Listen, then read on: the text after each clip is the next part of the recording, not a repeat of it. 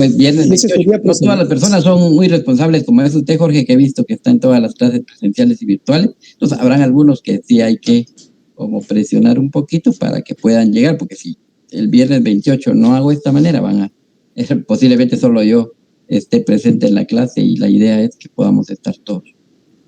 Perfecto, Lick, muy amable. Gracias por la explicación. No se preocupe, Jorge, un gusto saludarle. Carolina Navas. Licenciado, disculpe la molestia. Yo no sé si usted podría apoyarnos o si tiene la información de cuándo van a ser los otros parciales, porque hasta el día de hoy no hay nada oficial y no sabemos qué va a tocar después de la semana de su examen. Compartimos foto del calendario, es que así no sabemos, estamos a ciegas, no sabemos qué exámenes nos tocan. Sí, aún entiendo que está pendiente de autorizarse, pero sí ya estoy, según mi calendario, que el jueves 27 nos corresponde. No creo que hay uno el martes, pero no me recuerdo qué es el martes, jueves, miércoles 26, el martes 25, pero no me recuerdo en este momento. Pero sé que hay examen el día martes 25 y el jueves 27, que sería el nuestro. Y viernes sería clase y no sé cuáles son los de la otra semana. Pero sí ya tengo entendido que nosotros es el jueves 27 y entonces por eso es que me estoy adelantando, ¿verdad? Para que podamos ir teniendo la información. Sí, Luis Alejandro.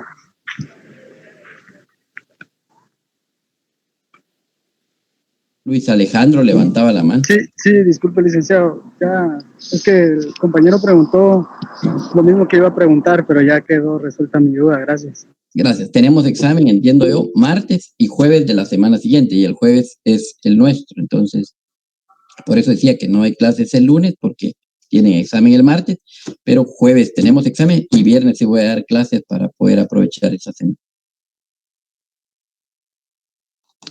Ahora sí, sin mayor preámbulo, Lee Cosman, buena tarde, un gusto saludarle.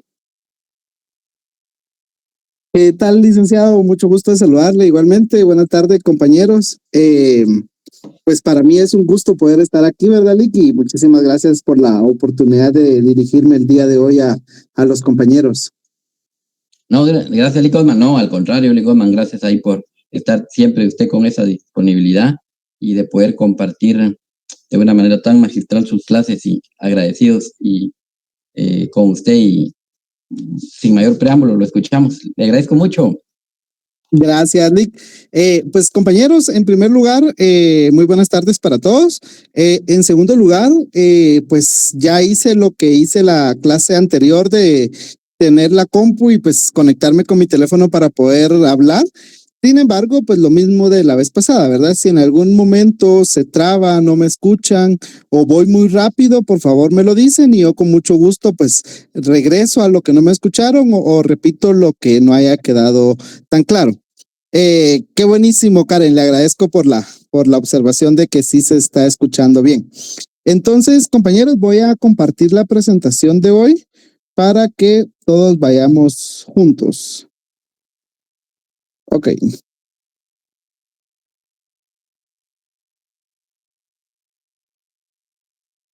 Ok.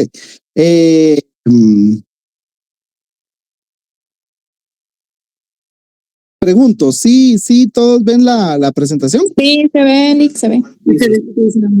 Excelente, muy bien. Ahí entonces, se ve mejor. Sí, ya ahorita ya la agrandé. Entonces, tenemos aquí, hoy vamos a hablar sobre el tema de los sujetos del proceso, ¿ok? Yo entiendo que esto ya lo mencionamos, también ya lo hablaron el otro día en la clase con el Lick les explicaba sobre el proceso y sobre los sujetos del proceso. Sin embargo, pues es el tema y pues tenemos que mencionarlo, ¿verdad? En ese sentido, les voy a pedir que por favor tengan a la mano, el Código Procesal Civil y Mercantil, Ley del Organismo Judicial y Código Civil, los cuales pues vamos a utilizar el día de hoy. También les voy a pedir de que por favor tratemos de cuando les pida apoyo en que lean algún artículo, pues lo hagan lo más rápido posible, pues para ir avanzando, ¿verdad? Con la clase de hoy. Entonces, yo les voy a pedir que por favor para empezar viendo esto, veamos acá, Ok, dice, sujetos procesales son todas las personas individuales o jurídicas que intervienen en un proceso. En ese sentido, tenemos que los sujetos procesales se clasifican en partes, órgano jurisdiccional y el tercero procesal. Yo les voy a pedir que por favor en su Código Procesal Civil y Mercantil nos ubiquemos en el artículo 25. Artículo 25, Código Procesal Civil y Mercantil. Claro, Lick, con gusto. Si me hace favor, indíqueme cuál es el nombre del título que está arriba del artículo 25. Personas que intervienen en los procesos. Exacto. Título Entonces, 2. en este título vamos a encontrar a las personas que intervienen en todos los procesos o en cualquier proceso. Y que es lo que conocemos como sujetos procesales. Es decir, los sujetos procesales son las personas que intervienen en los procesos. ¿Cuál es el nombre del capítulo 1? Jueces. Jueces. ¿Del capítulo 2? Secretarios. ¿Del capítulo 3? Auxiliares del juez. Excelente. Capítulo 3, entonces, auxiliares del juez. Y como vemos aquí, dentro de los auxiliares del juez están los notificadores, personal administrativo, los notarios cuando son notarios notificadores y los depositarios. Entonces, aquí en estos primeros 3 capítulos, ¿a quiénes encontramos? Al órgano jurisdiccional, ¿sí? Si nos ubicamos en el artículo 44, ¿cuál es el nombre del capítulo? Las partes. Exacto. Entonces, las partes son sujetos procesales, ¿ok? Es decir, todas las partes son sujetos procesales, pero no todos los sujetos procesales son partes. ¿Estamos de acuerdo? Y aparte tenemos al tercero procesal. Y el tercero procesal lo vamos a encontrar a partir del artículo 56.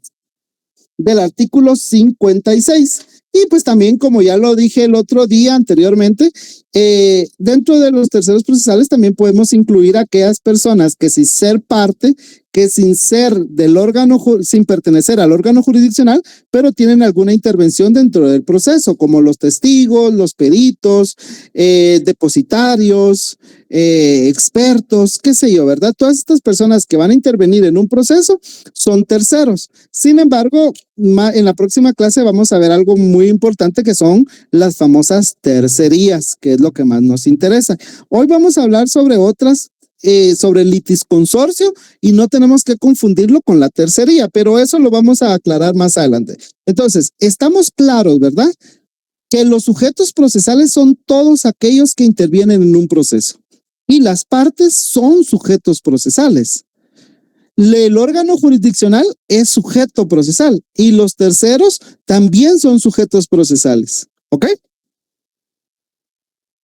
Dicho eso, tenemos que las partes son los sujetos procesales principales en un proceso. Son aquellos que tienen un interés directo en el resultado del juicio. Yo estaba escuchando la clase anterior del licenciado Estuardo y él les decía, miren, el testigo no tiene interés si la demanda fue con lugar o sin lugar. El perito tampoco tiene ningún interés en si la demanda fue con lugar o sin lugar. ¿A quién le interesa eso? Únicamente al actor y al demandado, nadie más. Entonces, por eso es que solo las partes son aquellas que tienen un interés directo en el resultado del juicio. En este caso tenemos al actor o demandante y al demandado. El actor es aquel que interpone la denuncia y el demandado es aquel en contra de quien se interpone la denuncia. Es decir, el actor es aquel que considera que tiene un derecho y el demandado es aquel a quien el actor considera que debe de cumplir con una obligación y que no la ha cumplido. Entonces, dentro de las partes tenemos al actor o demandante y demandado. En todo juicio únicamente van a haber dos partes. Aclaro, eso no significa que únicamente sean dos personas, porque cuando hablamos de parte actora, pueden ser que sean 2, 3, 4 personas o solo una, pero es la parte. Y cuando hablamos de parte demandada, también no nos podemos circunscribir a decir que únicamente se refiere a una sola persona. No, porque los demandados en un juicio pueden ser 1, 2, 3, 4, 5 personas, pero solo es una parte demandada. Aunque esa parte demandada esté conformada por más de una persona, es una sola parte. Entonces, en todo proceso únicamente hay dos partes: el actor o demandante y demandado. Ahora, el tema principal del día de hoy, creo que es lo que más nos interesa, es hablar sobre el tema de la capacidad procesal. Y para eso, pues tenemos que empezar de lo general para llegar a lo particular. ¿Alguien me puede decir qué entiende por persona, compañeros? Esto es de Derecho Civil 1.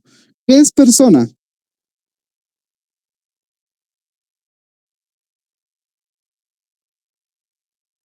Es todo ente capaz de contraer obligaciones y tiene derechos. Exacto, muy bien. ¿Alguien más que quiera aportar con su definición de lo que es persona?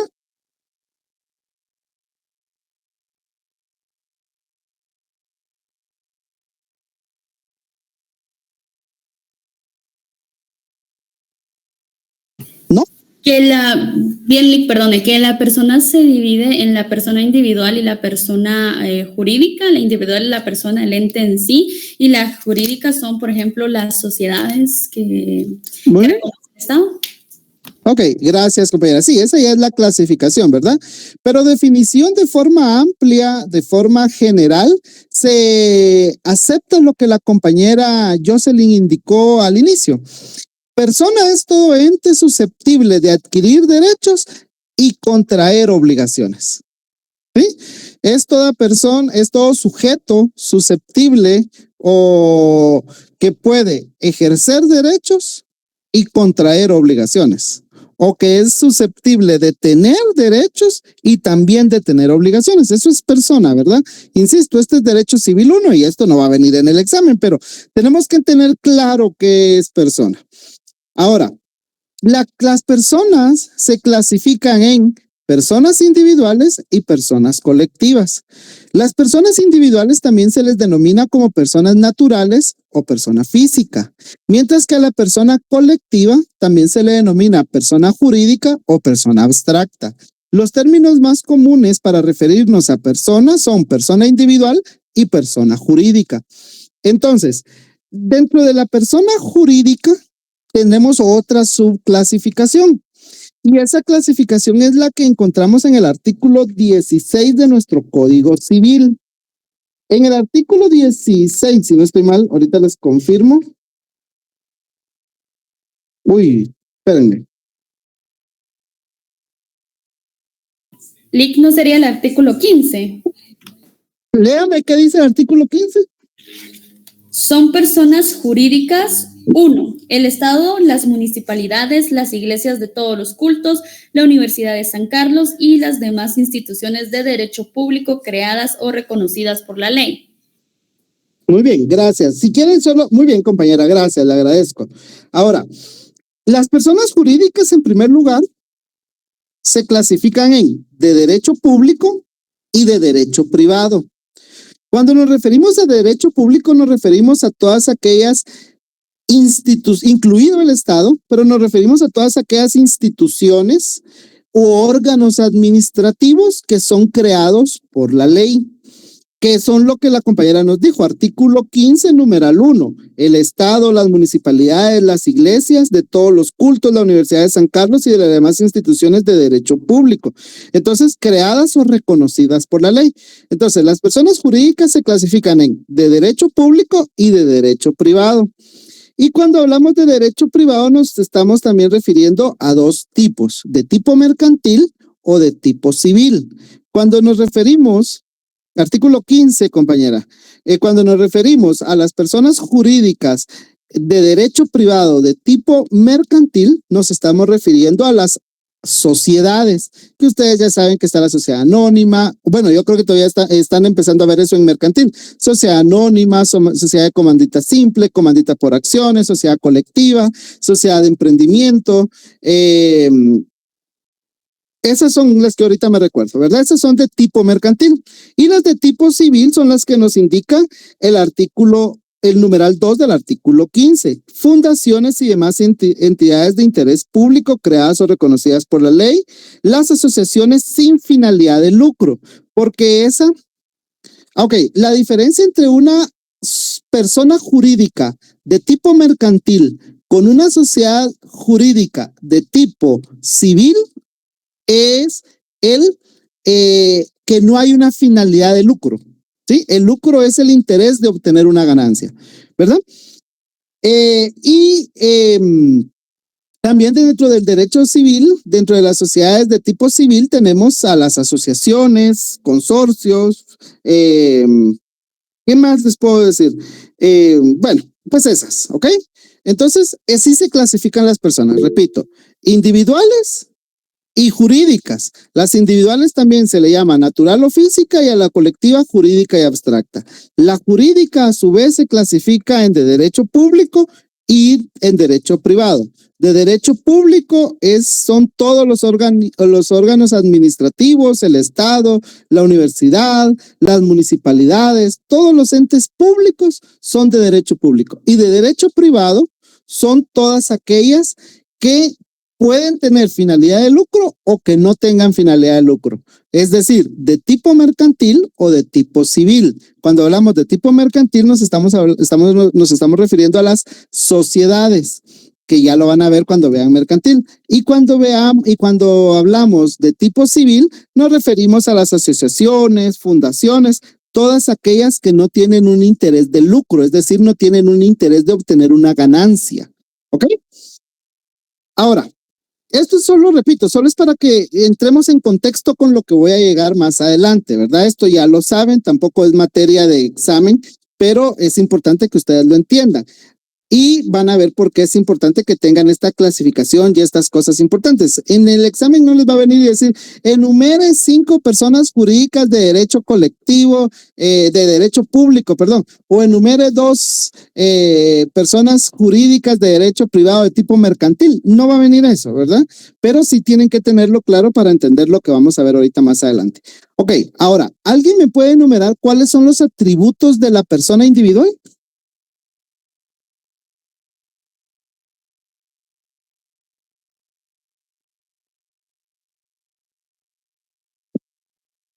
Compañeros. Lic, sería esto de nombre, domicilio, y demás, si no estoy mal, ¿verdad? Sí, ahí son 2. Muy bien. ¿Quién me puede apoyar diciéndome las que faltan? Adelante, compañeros, sin levantar la mano. Participemos sin levantar la mano. Solo encienda su micrófono. Capacidad de contraer obligaciones. Ok. Nombre, domicilio, capacidad, ¿qué más? Estado civil. Estado civil. Nacionalidad. ¿Y qué otro? Falta uno. Patrimonio. Patrimonio, excelente. Esos son los atributos de la persona individual. Nombre, nacionalidad, patrimonio, capacidad, ¿ok? Ahora, ¿cuáles son los atributos de la persona jurídica?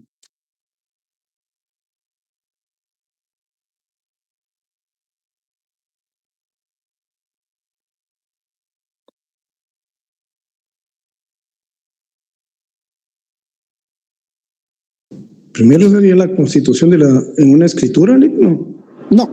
No. Licenciado, podría ser el nombre o denominación social, la capacidad jurídica y el domicilio. Exacto. Son los mismos que los atributos de la persona individual, a excepción del estado civil. Es decir, una persona jurídica tiene nombre, tiene nacionalidad, tiene capacidad, tiene patrimonio y no sé cuál es el que se me escapa por ahí, ¿verdad? Pero son los mismos a excepción del estado civil, porque una persona jurídica no tiene estado civil, mientras que la persona individual sí tiene estado civil. Es decir, ambas personas tienen capacidad, ¿ok? ¿Estamos de acuerdo? Dentro de los atributos que tienen las personas individuales como los colectivas, ambas tienen capacidad. Ok, dicho eso, por favor, alguien que me lea el artículo 8 del Código Civil. Con gusto, licenciado. Artículo 8. Capacidad. La capacidad para el ejercicio de los derechos civiles se adquiere por la mayoría de edad. Son mayores de edad los que han cumplido 18 años. Los menores que han cumplido 14 años son capaces para algunos actos determinados por la ley. Gracias, compañera. Y entonces, ¿qué entendemos por capacidad, compañeros? O bueno, si quieren leamos el artículo 16 primero. Artículo 16. Muy bien, licenciado. Buenas noches. La persona. Perdón. Artículo 16. La persona jurídica forma una entidad civil distinta de sus miembros individuales considerados. Puede ejercer todos los derechos y contraer las obligaciones que sean necesarios para realizar sus fines y será representada. Ahí estamos. Muy bien. Si quiere, ahí dejémoslo. Como vemos, dicho esto, ¿qué entendemos entonces por capacidad? ¿Sí? Ya vimos. Bueno, si quieren, veamos esto. Dice aquí que capacidad es la facultad, o también podemos decir que es la aptitud que tienen las personas individuales o jurídicas para ejercer derechos y contraer obligaciones. Porque, ¿qué nos dice el artículo 16? Que la persona jurídica puede ejercitar todos sus derechos y contraer obligaciones. Es decir, tiene capacidad. Una persona jurídica tiene capacidad. ¿Y qué nos dice el artículo 8? Que la capacidad, porque aquí en el artículo 8 nos referimos a las personas individuales, que la capacidad para el ejercicio de los derechos se adquiere por la mayoría de edad. Entonces, tanto las personas individuales como las personas jurídicas tienen capacidad. Ahora, ¿alguien se recuerda las clases de capacidad que hay? Capacidad de goce y de ejercicio. ¿Alguna otra más? La relativa. Muy bien. Capacidad ¿Cuál es relativa. cuál?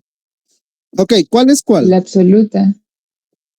Dígame cuál es la de goce, qué significa de ejercicio y qué significa relativa. La capacidad de goce, licenciado, es la que se obtiene a la hora del nacimiento, o sea, derechos, y la de ejercicio es la que contraemos cuando cumplimos con la mayoría de edad. Exacto. ¿Y la relativa?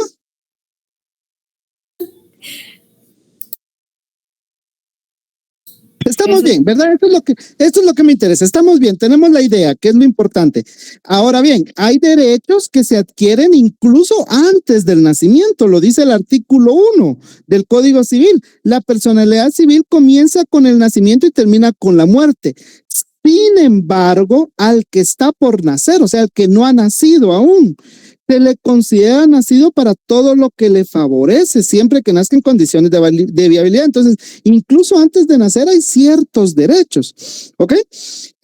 Pero como dijeron ya, la capacidad en cuanto a las personas individuales se clasifica en capacidad de ejercicio y capacidad de goce. Capacidad de goce son los que tienen todos, tanto los mayores de edad como los menores de edad, mientras que la capacidad de ejercicio significa poder ejercer los derechos por sí mismo. Por eso es de ejercicio, porque cuando una persona puede ejercer por sí mismo sus derechos, entonces se le llama capacidad de ejercicio, porque está ejerciendo por sí mismo. En cambio, los menores de edad no pueden ejercer por sí mismos sus derechos, necesitan a alguien que los ejerza por ellos. ¿Ok? Bueno. Continuemos. Yo creo que me están siguiendo la idea, ¿verdad? Porque ya vamos a llegar a lo importante, digamos. Si hay alguna duda, me dicen. Entonces, hablemos qué es la capacidad procesal. Recordemos que la acción es el derecho que tiene toda persona. En principio es un derecho humano, pero recordemos que los derechos humanos únicamente le pertenecen a las personas individuales, porque por eso es humano. Una persona jurídica no tiene derechos humanos, pero en general la acción es un derecho que tienen tanto las personas individuales como las personas jurídicas. Entonces, la acción es el derecho de poder acudir ante un órgano jurisdiccional. ¿Ok? ¿Para qué? Para ejercer sus derechos o para solicitar el cumplimiento de la pretensión. Eso ya lo vimos en una clase anterior. En cuanto a las personas individuales, ya dijimos que la capacidad puede ser de goce o puede ser capacidad de ejercicio, ¿verdad? Puede ser las personas individuales, la capacidad puede ser de goce o puede ser capacidad de ejercicio. Entonces, en cuanto a las personas individuales, la capacidad procesal es igual a la capacidad de ejercicio. Es decir, que la capacidad procesal es la facultad que tiene una persona individual de ejercer su derecho de acción por sí misma. Es decir, que la capacidad procesal es cuando una persona puede ir ante un órgano jurisdiccional a solicitar la satisfacción de una pretensión. Pero esa persona únicamente puede ejercer esa facultad, únicamente puede cumplir con ese derecho si tiene capacidad de ejercicio. Y cuando la persona tiene la posibilidad de ir y presentar una demanda, entonces a eso se le denomina capacidad procesal. Es decir, capacidad procesal es a partir de los 18 años. Cuando una persona tiene capacidad de ejercicio, cuando una persona puede ejercer por sí mismo sus derechos, dentro de sus derechos está el derecho de acción. Entonces, cuando una persona puede ejercer por sí mismo sus derechos y ejerce por sí mismo su derecho de acción, es porque tiene capacidad procesal. Si una persona no puede ejercer por sí mismo sus derechos, significa que tampoco tiene capacidad procesal. ¿Qué significa eso? Que un menor de edad, en principio, ¿verdad?, no puede ir a presentar una demanda de pensión alimenticia porque su papá lo dejó y no le pasa dinero para su educación y para su comida. Un niño no lo puede hacer porque no tiene capacidad de ejercicio. El niño, claro que es titular del derecho. El niño tiene el derecho de recibir una pensión alimenticia, pero no tiene la facultad, la aptitud para poder ejercer por sí mismo sus derechos. Y entonces necesita un representante. Entonces, un niño, un menor de edad, no tiene capacidad procesal. ¿Sí? Y si un niño no tiene capacidad procesal, lo mismo sucede con los incapaces. Alguien que me lea, por favor, el artículo 9 del Código Civil. Créalo, licenciado. Capacidad. Los mayores de edad que adolecen de enfermedad mental que los priva de discernimiento deben ser declarados en estado de interdicción. Pueden asimismo ser declarados en estado de interdicción las personas que por abuso de bebidas alcohólicas o de estupefacientes se exponen ellas mismas o exponen a sus familias a graves perjuicios económicos. Gracias, ahí dejémoslo. Entonces, una persona mayor de edad puede ser declarada en estado de interdicción, es decir, que un juez declara que esa persona no es capaz de ejercer sus derechos por sí mismo. Y entonces cuando hablamos de incapacidad es cuando una persona no tiene capacidad. Entonces, si una persona mayor de edad es incapaz, es porque no puede ejercer por sí mismo sus derechos. Recordemos que todos los mayores de edad ya pueden ejercer por sí mismos sus derechos. Sin embargo, hay excepciones que son los incapaces. ¿Ok? Ahora, entonces, un menor de edad y un incapaz no tienen capacidad procesal. Una persona que está declarada en estado de interdicción no puede ir a presentar una demanda. Un menor de edad no puede por sí mismo ir a presentar una demanda. Y una persona jurídica, ¿quién va a ejercer ese derecho? Ya vimos, el artículo 16 del Código Civil nos dice que una persona jurídica tiene la facultad, tiene la aptitud para contraer obligaciones y para ejercer derechos. Pero la pregunta es, ¿Quién de todas las personas que conforman una sociedad o que conforman una persona jurídica va a ejercer esa función de cumplir con las obligaciones de adquirir derechos? Y entonces aquí caemos a lo que se le denomina la representación. Entonces, regresemos solo para ver si quedó claro. ¿Alguien me puede decir entonces qué es la capacidad procesal, compañeros? La capacidad que tiene una persona mayor de 18 años, ¿entendido? ¿Para qué? Contraer situaciones jurídicas. Para iniciar un proceso, Facultad que tiene una persona para poder llegar a un órgano jurisdiccional a exigir la satisfacción de restaurarle un derecho que sienta violentable. Exacto, ahí estamos bien.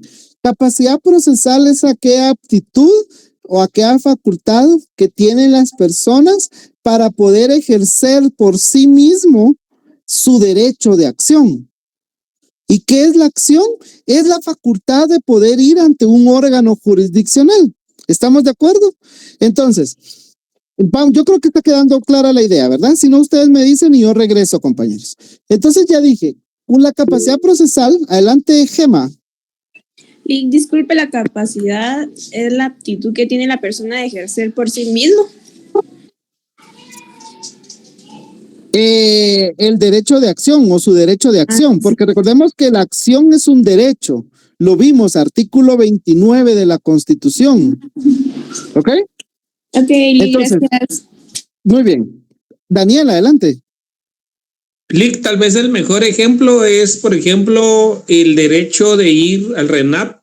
Cuando una persona cumple 18 años, ya puede por sí mismo ir a sacar sus documentos personales. No sé, ¿estoy bien ahí? Sí, pudiera ser. Sí, está bien. Licenciado, solo que cuando hablamos de capacidad procesal es directamente a un órgano jurisdiccional. Exacto. Muy bien. Exacto. Recordemos que la acción, el derecho de acción es amplio. Recordemos que el artículo 29 constitucional nos dice ir a tribunales, pero también a oficinas y dependencias. Entonces, por eso le digo al compañero, sí, ¿verdad? Pero exactamente, cuando hablamos de capacidad procesal nos referimos a esa posibilidad de poder acudir ante un órgano a presentar una demanda o bien de poder ser demandado. Ya lo vamos a ver, ¿ok? Pero creo que sí me están siguiendo con la idea, ¿verdad? Yo me da pena ir un poco rápido, pero si no voy rápido, también no hay modo.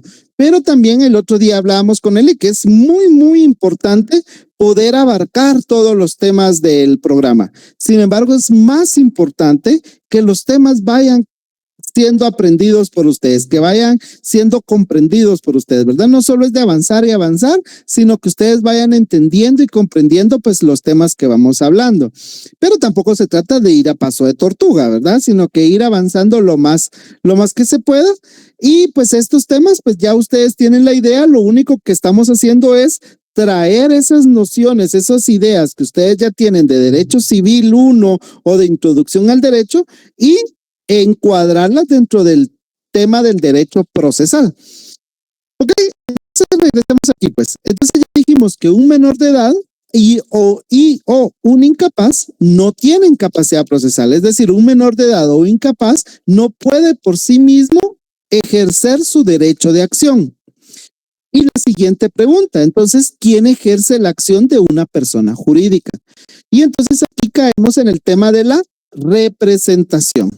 Y tenemos dos clases de representación. Tenemos la representación legal y la representación necesaria. La representación legal es la de los menores de edad y la de los incapaces. Mientras que cuando hablamos de necesaria nos referimos a la de las personas jurídicas. ¿Ok? Entonces, por favor, compañeros, si alguien me hace el gran favor de leer artículo 44, primer párrafo. ¿Del Código Procesal Civil, Lick? ¿O cuál? Y mercantil. Perfecto. Sí, procesal civil y mercantil. Gracias. Ok, artículo 44, capacidad procesal. Tendrán capacidad para litigar las personas que tengan el libre ejercicio de sus derechos. Las personas que no tengan el libre ejercicio de sus derechos no podrán actuar en juicio sino representadas. Ahí estamos bien, gracias. Si quieren, veamos entonces. Ya dijimos, miren el artículo 44. Tendrán capacidad, ¿y cómo se llama o cuál es el epígrafe del artículo 44? Capacidad procesal. Entonces dice, tendrán capacidad para litigar las personas que tengan el libre ejercicio de sus derechos. ¿Y quiénes tienen libre ejercicio de sus derechos? Los mayores de 18 años, porque ellos tienen capacidad de ejercicio. Mientras que el segundo párrafo que dice, las personas que no tengan el libre ejercicio de sus derechos no podrán actuar en juicio, sino representadas. Es decir, si una persona es incapaz, todavía no tiene capacidad de ejercicio, puede actuar en juicio, pero por medio de su representante, no por sí mismo, sino a través de su representante. ¿Qué dice el siguiente párrafo, compañera? Claro, con gusto. Las personas jurídicas litigarán por medio de sus representantes conforme a la ley, sus estatutos o la escritura social. Las personas... Muy bien. Gracias, ahí estamos bien. Ahora, fíjense lo que dice el artículo 45. Artículo 45, léalo por favor, compañera.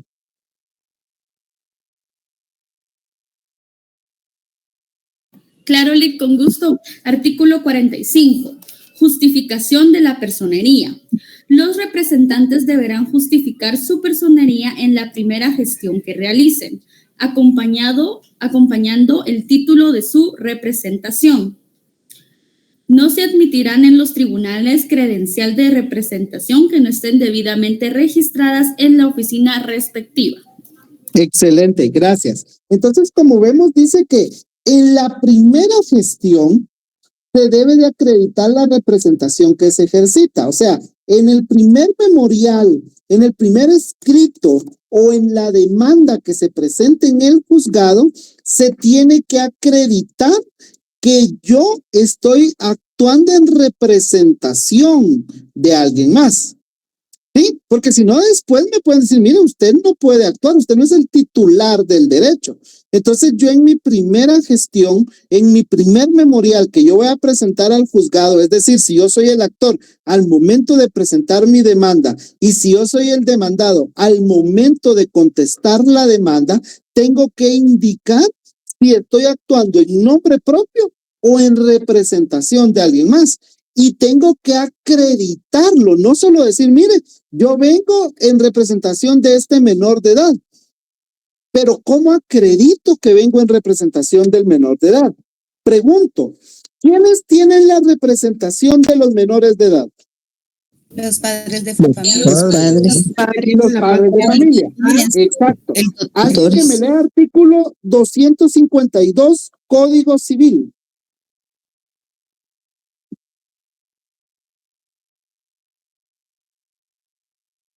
$252 Código Civil. En el matrimonio y fuera de él, la patria potestad se ejerce sobre los hijos menores conjuntamente por el padre y la madre en el matrimonio y en la unión de hecho, y por el padre o la madre en cuyo poder esté el hijo en cualquier otro caso. Gracias. Entonces, ahí déjame. Entonces, déjemelo ahí. Entonces, ¿quién tiene la patria potestad de un menor de edad? Ambos padres, si están casados.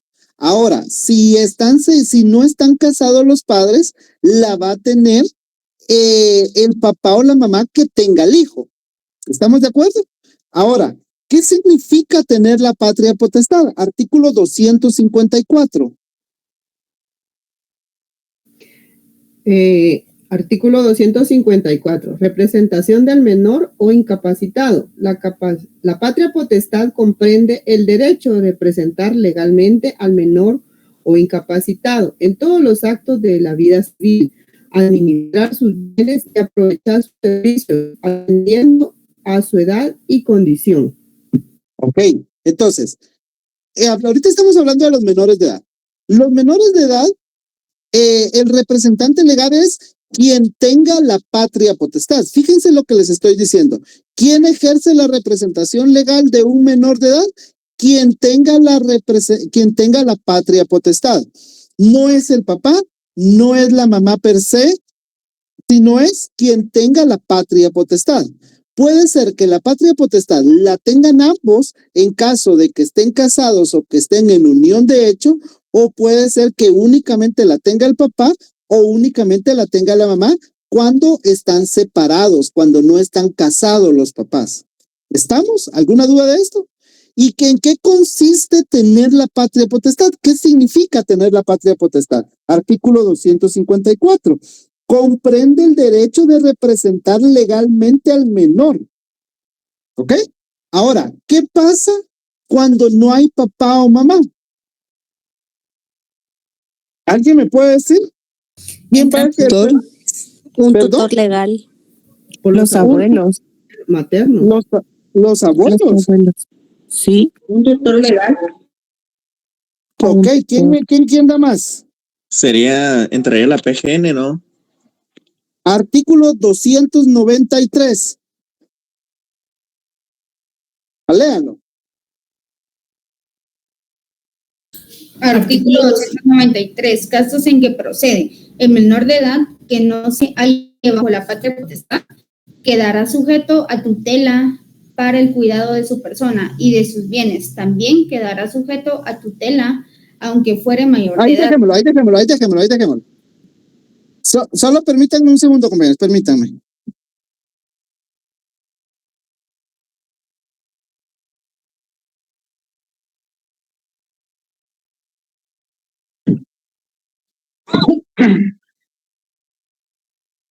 Ok, ya regresé. Entonces, la compañera nos leía 293. Dice, casos en que procede. Fíjense, el artículo, regresemos, el artículo, porque esto es importante, compañeros, aunque ustedes no lo crean, es muy importante que tengamos claro esto. Dice, patria potestad. La patria potestad la ejerce el padre y la madre. No dice los abuelos, no dice los tíos, no dice nadie más. Dice el padre o la madre tiene la patria potestad. ¿Y qué dice el 293? El menor de edad que no se halle bajo la patria potestad, o sea, que no esté con su papá o con su mamá, quedará sujeto a la tutela. O sea, no es que los abuelos, no. O sea, legalmente no. En la práctica sí. Por ejemplo, caso ese ejemplo, yo no me crié con mi mamá ni con mi papá, me crió mi abuelita. ¿Quién ejercía? ¿Quién me iba a inscribir a la escuela? ¿Quién estaba pendiente de mí? ¿A quién llamaban para decirle que me porté mal? A mi abuelita. ¿Quién era mi representante? Mi abuelita, ¿sí? Pero si yo hubiera tenido necesidad de presentar una demanda, mi abuelita en principio no hubiera podido haber actuado, porque no tenía una representación legal sobre mí. Me llega, Daniel, ¿ok? Entonces, mi abuelita no tenía una representación legal sobre mí. La representación legal es del padre o de la madre que tenga la patria potestad, y si falta el padre o la madre la va a tener el tutor. 293. El menor de edad que no se halle bajo la patria potestad quedará sujeto a la tutela para el cuidado de su persona y de sus bienes. ¿Sí? Ahora,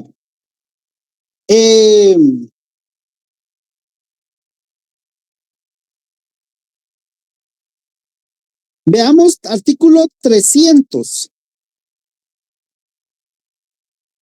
Artículo 300, judicial. La tutela judicial procede por nombramiento del juez competente cuando no haya tutor testamentario ni legítimo.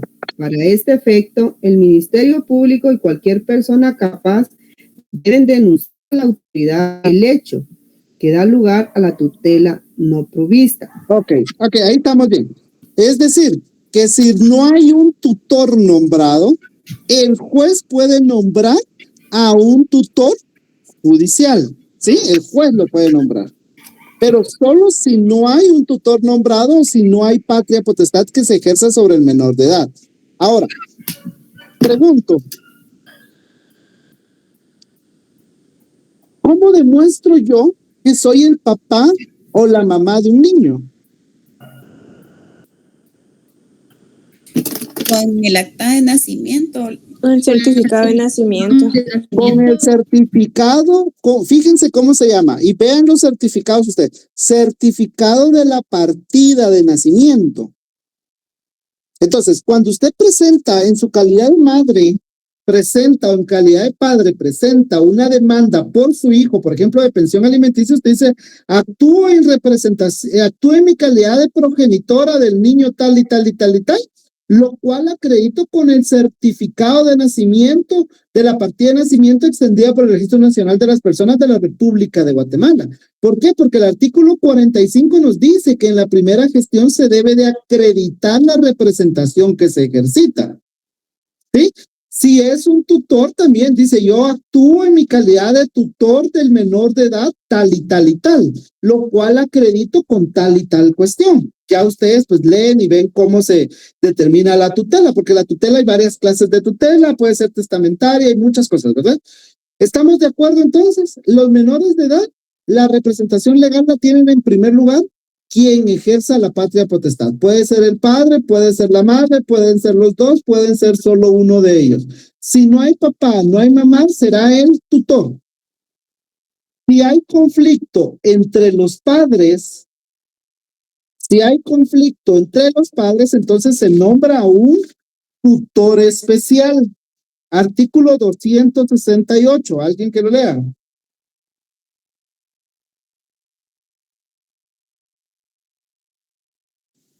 Con gusto, Lic. 268, tutor especial.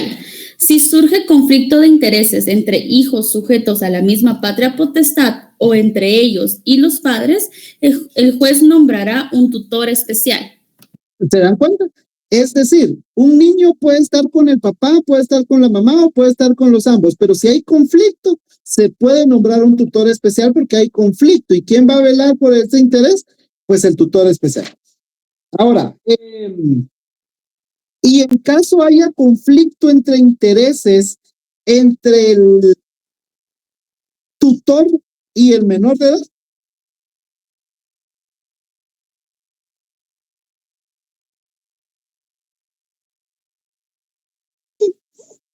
Yo tengo relacionado ese artículo con el artículo 306, tutores específicos. Dígame. Artículo 306, tutores específicos. Cuando hubiere conflicto de intereses entre varios pupilos sujetos a una misma tutela, el juez le nombrará tutores específicos. Ok. No. Fíjense lo que ahí dice. Y sí tiene, pero no. En realidad es el protutor. Si hay conflicto entre el tutor y el pupilo, será el protutor quien ejerza la representación. El que dijo, licenciado, disculpe. Protutor 304. Licenciado, yo tengo el 298 y el 299. 298 y 299. Así es, el 298 que dice... Eso es cómo se nombra el tutor. Vea el artículo 305. Artículo 305, numeral 2. Muy bien. El protutor está obligado, numeral 2, a defender los derechos del menor en juicio y fuera de él, siempre que estén en oposición con los intereses del tutor. ¿Quedó claro?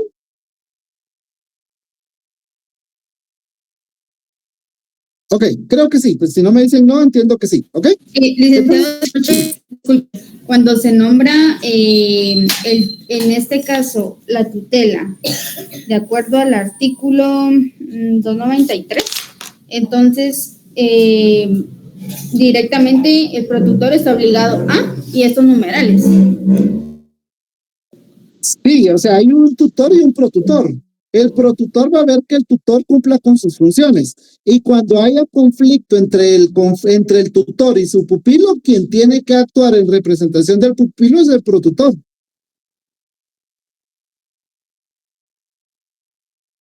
Gracias, Lic. Ok, muy bien. Bueno, pues sigamos. Entonces les decía, Ahora, ¿qué pasa con los incapaces? Con los incapaces estamos en el mismo caso de los menores de edad, ¿sí? Estamos en lo mismo que los menores de edad, ¿sí? Ahora, veamos.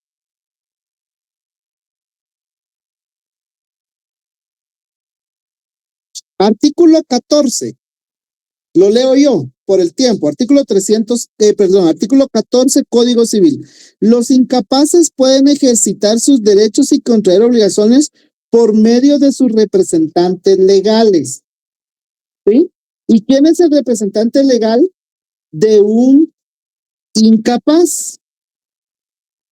Artículo 252, segundo párrafo.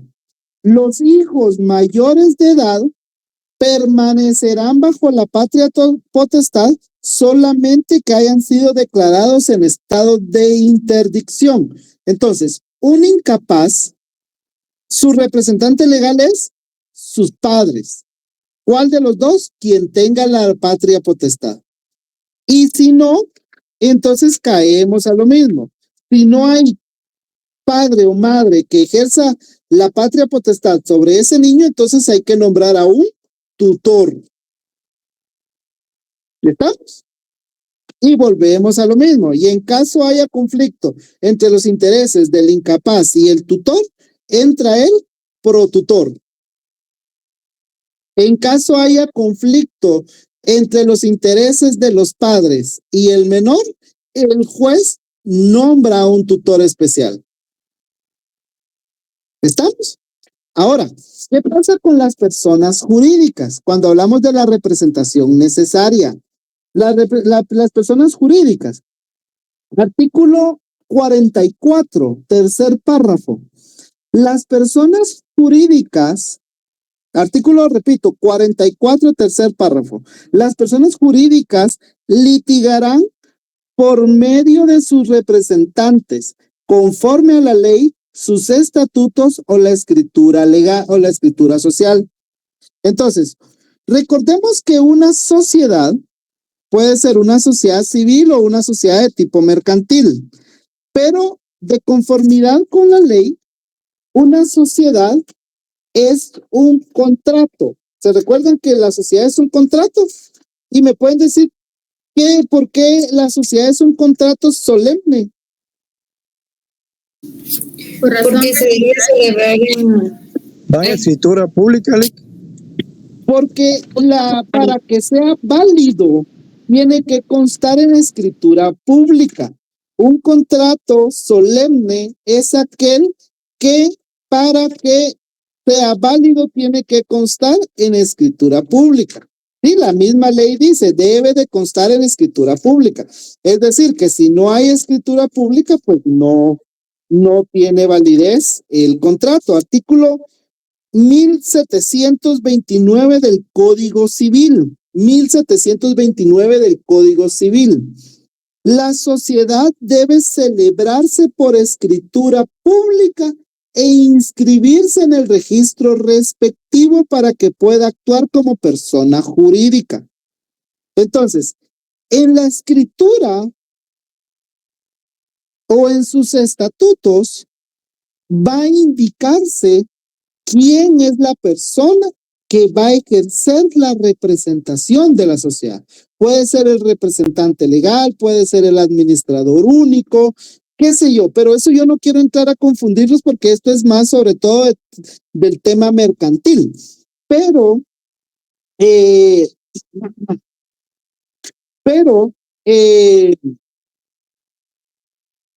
sí, en la escritura pública de creación en principio, ¿verdad? En principio, en la escritura pública donde se celebra el contrato de sociedad y se crea la sociedad, ahí se va a indicar quién es la persona que va a actuar en representación de esa sociedad. ¿Estamos? Generalmente hay un representante legal y así se inscribe en el registro mercantil. Entonces, cuando la sociedad quiere presentar una demanda, por ejemplo, un banco quiere presentar una demanda porque usted no le pagó el crédito que el banco le dio, el banco a través de su representante legal lo va a demandar. Y entonces, cuando el representante legal del banco presente la demanda, en ese momento tiene que presentar, generalmente presentan las dos cosas: testimonio de la escritura del acta notarial de nombramiento como representante legal, y también presentan la constancia de inscripción en el registro mercantil como representante legal.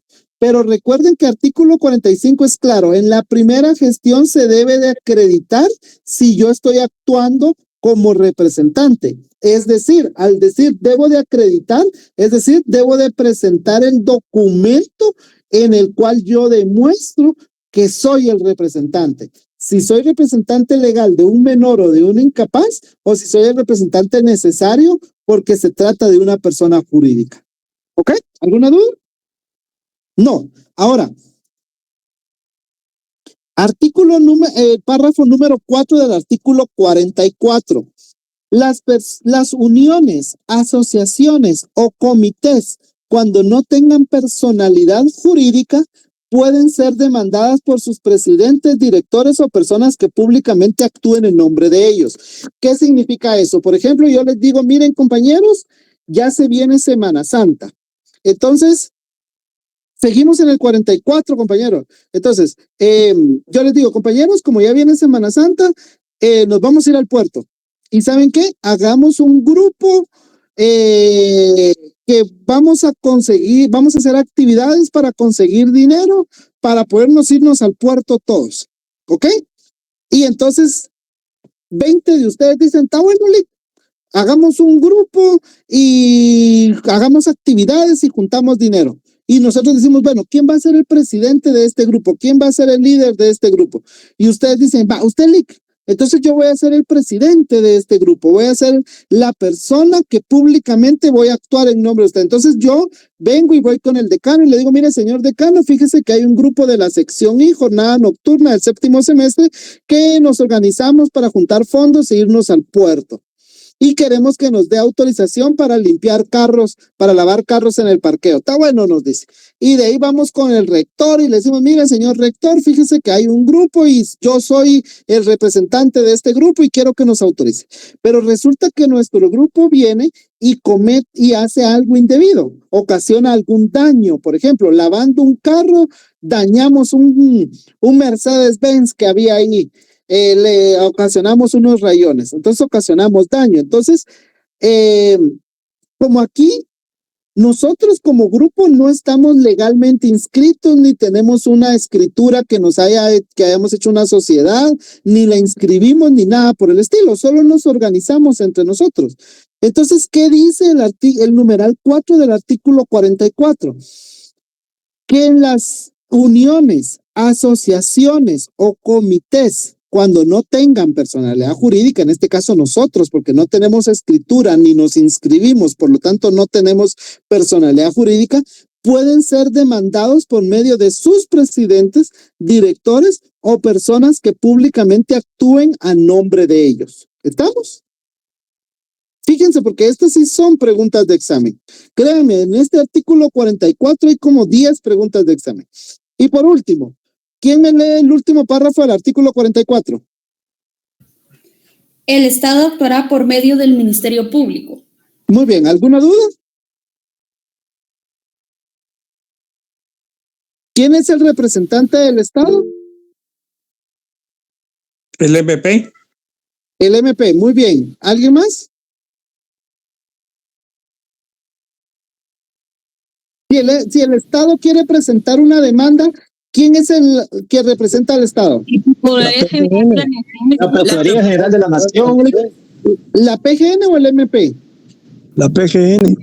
La PGN, compañeros. Entonces, en su ley, si ustedes tienen Ministerio Público, con su lapicero póngale arriba a PGN o táchele donde dice MP y póngale usted PGN para que no se le olvide. ¿Por qué? Porque recuerden que cuando fue la reforma a la Constitución, en el año 1993, después del Serranazo, se dividió el MP y la PGN, Código Procesal Civil y Mercantil, compañera. Se dividió el MP y PGN. Entonces, El MP le quedó toda la función de los delitos. Con mucho gusto, Gema. Y la PGN es quien actúa en representación del Estado. ¿Estamos? ¿Alguna duda? Sí, licenciado, disculpe, con respecto al párrafo cuarto del artículo 44, donde dice las uniones, asociaciones o comités cuando no tengan personalidad jurídica, en este apartado donde dice pueden ser demandadas por medio de sus presidentes. O sea, lo demandan, pero sería, bueno, ellos demandan, no, es que esa parte no me quedó muy clara. Sí, por ejemplo, le insisto, nosotros hacemos un grupo o hacemos el comité, hacemos un comité pro mejoramiento de los jardines de la Facultad de Derecho. ¿Sí? Y empezamos, nosotros nos organizamos, hacemos nuestra acta donde quedamos que nos vamos a juntar y que vamos a aportar dinero para componer los jardines, pero no tenemos personalidad jurídica, porque para tener personalidad jurídica tenemos que tener una escritura de sociedad y esa escritura tenerla que inscribir. Si no sucede eso, no tenemos personalidad jurídica, pero tenemos un documento, nosotros de pura palabra venimos y nos organizamos y decidimos que uno de nosotros iba a ser el tesorero, otro iba a ser el, ¿cómo se llama? Y entonces, si hay alguien que nos quiera demandar porque le dañamos o porque le fuimos a pedir dinero, por ejemplo, fuimos con alguna persona y le dijimos, mire, préstenos dinero porque necesitamos para componer los jardines y se lo pagamos dentro de un mes. Y yo le hablo en nombre de nuestro comité pro mejoramiento del jardín. Y entonces pasa el mes y no le pagamos. Y entonces la persona, ¿a quién va a demandar? ¿A mí? No, porque yo no lo hice en mi nombre. Yo lo hice por el comité para componer el jardín. Entonces, ¿a quién tiene que demandar? Al comité. Y entonces, ¿a quién es a la persona que va a demandar? A mí, pero en mi calidad de presidente o en mi calidad de director o porque públicamente yo era quien me estaba como líder del comité. Pero no porque yo lo tenga que pagar, sino porque yo actuaría en representación del comité. Pero le repito, aquí sí. Con mucho gusto. Aquí lo importante es tener cuidado que es cuando no tengan personalidad jurídica, es decir, no existe contrato de sociedad y no fue inscrito. Ya lo van a ver ustedes en derecho mercantil, es que créanme que no quiero ver mucho esto porque hay sociedades de hecho, de derecho y un montón de cuestiones ahí que es cuando las sociedades no se perfeccionen y no tienen personalidad jurídica. Una sociedad para tener personalidad jurídica tiene que haber estado inscrita en el registro mercantil y nombrado a sus autoridades y toda la cuestión. ¿Ok? Bueno, continuamos pues. Si no hay más dudas, continuamos. Ahora, representante judicial, artículo 48 del Código Civil, del Código Procesal Civil y Mercantil, artículo 48, lo voy a leer yo. Cuando falte la persona a quien corresponda la representación o la asistencia y existan, fíjense lo que dice aquí, razones de urgencia, podrá nombrarse un representante judicial. Es decir, un menor de edad, hay que presentar hay que demandarlo, qué sé yo, a un menor de edad porque él es el propietario de un inmueble, se me ocurre, ¿verdad? Pero no están los progenitores que ejercen la patria potestad. Entonces el juez va a nombrar a un representante judicial. Repito, cuando falte la persona a quien corresponda la representación o la asistencia y existan, subrayen eso, razones de urgencia, podrá nombrarse a un representante judicial que asista al incapaz, a la persona jurídica, a la unión, asociación o comité no reconocido, hasta que concurra aquel a quien corresponde la representación o la asistencia. Es decir, se va a nombrar a un representante judicial y cuando aparezca el que ejerce la patria potestad o la tutela, él va a continuar con el juicio. ¿Sí? Pero el representante judicial es cuando exista la urgencia de iniciar un juicio o de contestar una demanda y no haya. Entonces, el juez nombra a un representante judicial. Y fíjense lo que dice segundo párrafo, que era lo que estábamos leyendo del tutor especial y del protutor. No, del tutor especial. Se procederá también al nombramiento de un representante especial para el representado cuando exista conflicto de intereses con el representante. ¿Ok? Bueno, pues, digamos, mandatario judicial, artículo 1686, Código Civil. 1686, Código Civil. El mandato también es un contrato y también es un contrato solemne. ¿Por qué es un contrato solemne? Porque debe de constar en escritura pública para que sea válido. ¿Qué significa mandato?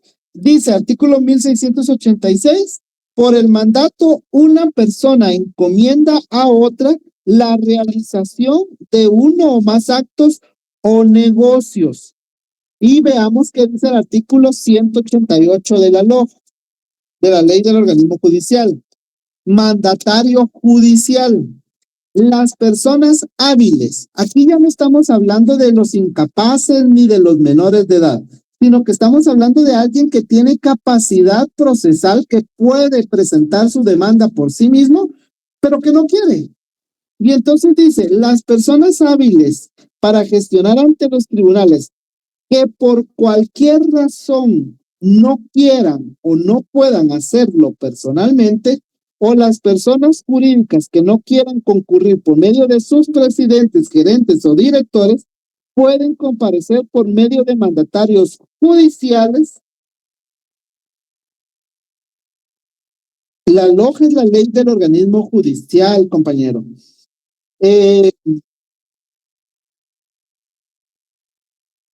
Ok, pueden comparecer por medio de sus mandatarios judiciales a cualquier acto siempre que tenga conocimiento de los hechos objeto del proceso. ¿Ok? Entonces, si yo soy menor de edad, necesito un representante legal. Si yo soy incapaz, necesito un representante legal. Pero si yo soy mayor de 18 años, tengo mi capacidad de ejercicio y por lo tanto tengo capacidad procesal. Pero yo no quiero porque no tengo tiempo, porque no quiero estar.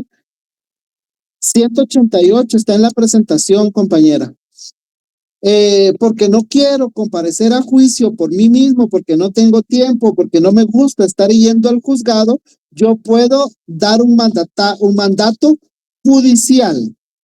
Ya ustedes en notariado, supongo que ya están llevando notariado, ya van a ver que hay diferentes clases de mandatos. Pues mandato general, mandato especial, mandato con cláusula especial, mandato judicial.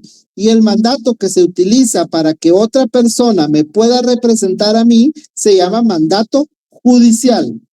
¿Estamos? Pero este mandato lo pueden otorgar los mayores de edad que están en el libre ejercicio de sus derechos o bien las personas jurídicas cuando no quieran actuar por medio de su representante legal. Nombran a un mandatario. Asistencia técnica. Cuando hablamos de la asistencia técnica estamos hablando del abogado. Tenemos ahí en la presentación los artículos que nos interesan. Artículo 50 del Código Procesal Civil y Mercantil dice, las partes deberán comparecer auxiliadas por abogado colegiado. No será necesario el auxilio de abogado en los asuntos de ínfima cuantía y lo demás ya quedó sin efecto. Artículo 197 de la LOJ nos dice prácticamente lo mismo. Artículo 197 de la LOJ. Actuación de las demandas, peticiones y memoriales que se presenten a los tribunales de justicia deberán ser respaldados con la firma y sello de abogado colegiado. Y sin ese requisito no se dará curso a ninguna petición, a ninguna gestión. Fíjense lo importante de aquí. El abogado es responsable del fondo y de la forma de los escritos que autorice con su firma. ¿Estamos? Y ese es el famoso abogado director.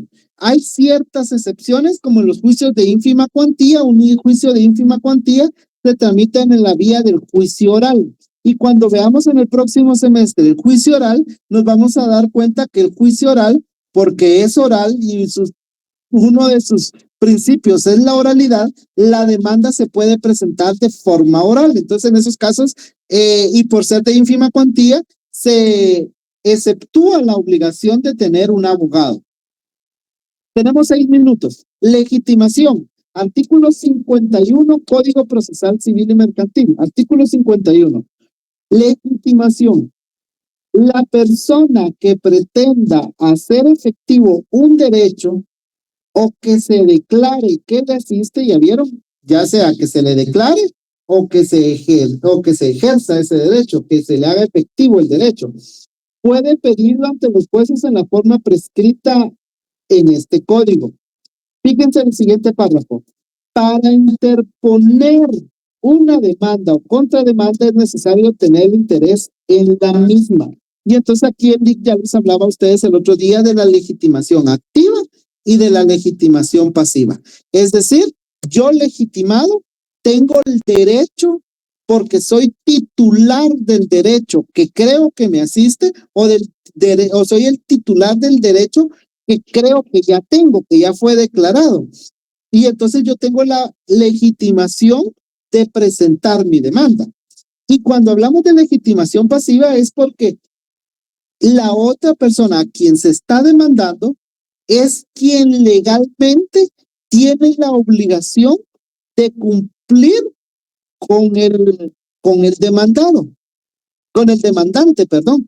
Entonces, por ejemplo, yo hago un contrato de mutuo con Jorge, yo le presto dinero a Jorge y Jorge se compromete a pagármelo en 8 días, pasan los 8 días y Jorge no me demanda y Jorge no me lo paga. Aquí yo tengo legitimación activa porque yo soy el acreedor. Jorge tiene legitimación pasiva porque él es el deudor. Entonces yo puedo presentar mi demanda en contra de él y él tiene obligación de ser emplazado y de contestar esa demanda si él quiere, aunque si no, de todos modos surte efectos el emplazamiento. Pero eso es lo que llamamos legitimación. Cuando yo soy titular. Ahora, recordamos ¿qué es un juicio? Un juicio nos sirve ¿para qué? Para resolver un conflicto. Entonces, un conflicto surge cuando hay una relación y la relación que hay entre 2 o más personas se llama relación jurídico-material. Y entonces, para yo poder tener legitimación en un proceso, es decir, que yo pueda iniciar un proceso, yo tengo que ser el titular de la relación jurídica material. Si yo no soy el titular del derecho en la relación jurídica material, no puedo iniciar un proceso porque yo no tendría interés en el proceso y la ley no permite que yo pueda actuar en nombre de otra persona a menos que tenga la representación.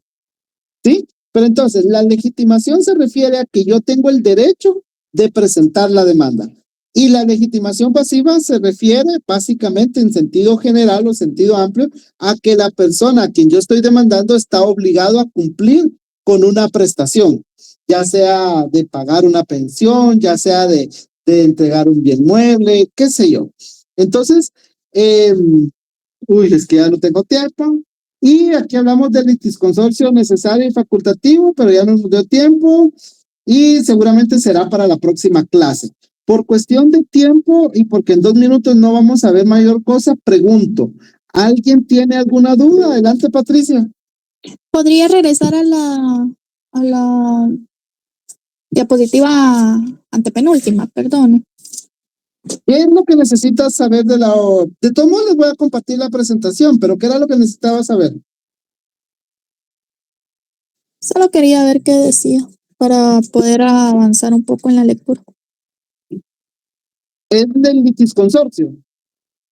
Ajá, exactamente. De sobre el litisconsorcio.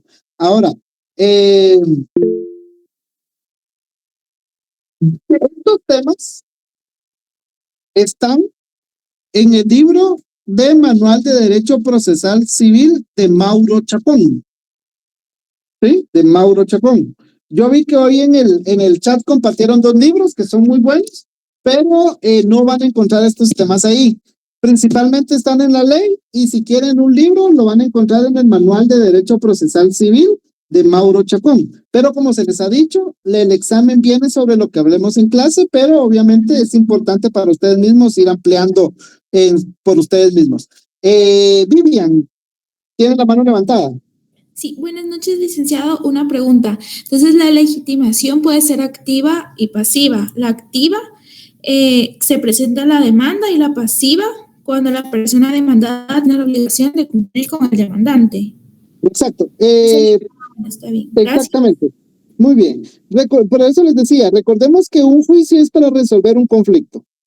Entonces, un conflicto es porque hay una pugna, hay un señor que no quiere pasar una pensión, entonces yo no voy a demandar al vecino para que le pase pensión a un niño, no, hay que demandar al papá o a la mamá, porque él es el legitimado, él tiene legitimación para ser demandado, a otra persona no. Adelante, Patricia. Solo como duda, entonces, activo o pasivo puede ser un representante legal, cualquiera de los dos. Por eso les decía, en un conflicto se le denomina la relación jurídica material. Esa es la relación jurídica material, un conflicto. Un niño necesita la pensión alimenticia. O sea, ahí hay una relación padre-hijo.